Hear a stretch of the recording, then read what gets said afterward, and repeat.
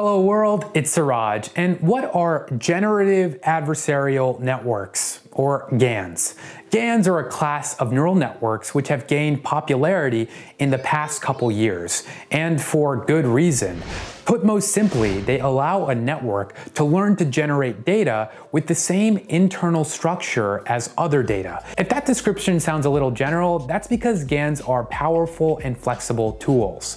To make things a little more concrete, one of the more common applications of GANs is image generation. Say you have a bunch of images, such as pictures of cats. A GAN can learn to generate pictures of cats like those real ones used for training, but not actually replicate any one of the individual images. If given enough cat pictures, it actually learns about catness from the samples and learns to generate images that meet this standard. Furthermore, it does so without the generator actually having direct access to any of the training images itself. GANs have been applied to more than just images though. Recently, they have been used to generate everything from short videos to robot behavior. To gain some intuition, think of a back and forth situation between a bank and a money counterfeiter. At the beginning, the fakes are easy to spot. However, as the counterfeiter keeps trying different kinds of techniques, some may get past the check. The counterfeiter then can improve his fakes towards the areas that got past the bank's security checks. But the bank doesn't give up. It also keeps learning how to tell the fakes apart from real money. After a long period of back and forth, the competition has led the money counterfeiter to create perfect replicas. Now, take that same situation, but let the money forger have a spy in the bank that reports back how the bank is telling fakes apart from real money. Every time the bank comes up with a new strategy to tell apart fakes, such as using ultraviolet light, the counterfeiter knows exactly what to do to bypass it, such as replacing the material with ultraviolet marked cloth. The second situation is essentially what a generative adversarial network does. The bank is known as a discriminator network, and in the case of images, is a convolutional neural network that assigns a probability that an image is real and not fake. The counterfeiter is known as the generative network. It's a special kind of convolutional network that uses transposed convolutions, sometimes known as a deconvolutional network. This generative network takes in some 100 parameters of noise, sometimes known as the code, and outputs an image accordingly. When generating from CFAR or ImageNet, there are no concept of classes in the generative adversarial network. The network is not learning to make images of cars and ducks. It is learning to make images that look real in general.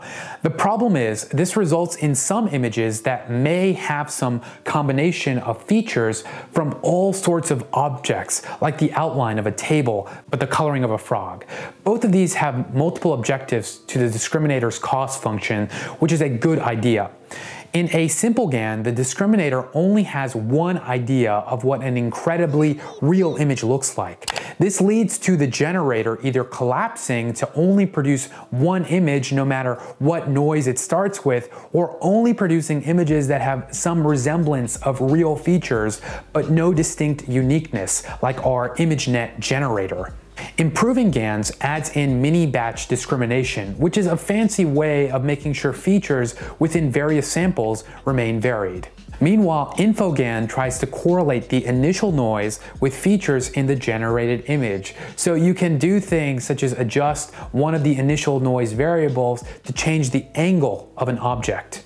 In a plain GAN, the initial noise variables suffer from the same problem of features in a typical neural network. Although they make sense when put together, it's hard to tell what each of them do individually. So which part is the spy? Since the discriminator was just a convolutional neural network, we can backpropagate to find the gradients of the input image.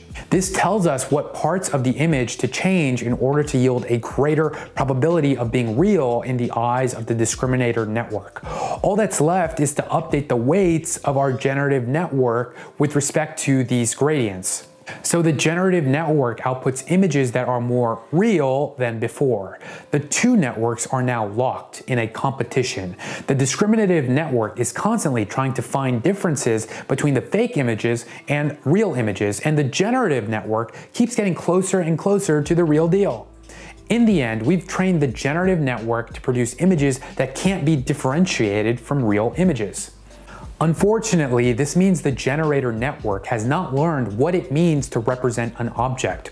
All it's doing is creating an image that has features that might be present in a photograph, such as distinct color regions and shadows. Adding some secondary objectives, such as correlating initial noise and features present, could add some more concrete value to this noise and result in images that look less like a mix between multiple objects. The problem of generating realistic-looking images is complex. For the simplicity of the simple generative adversarial network, it's done a pretty good job in creating images that look real, at least from a distance. Many applications of this technology, so I'd love to see you build your own GAN at some point.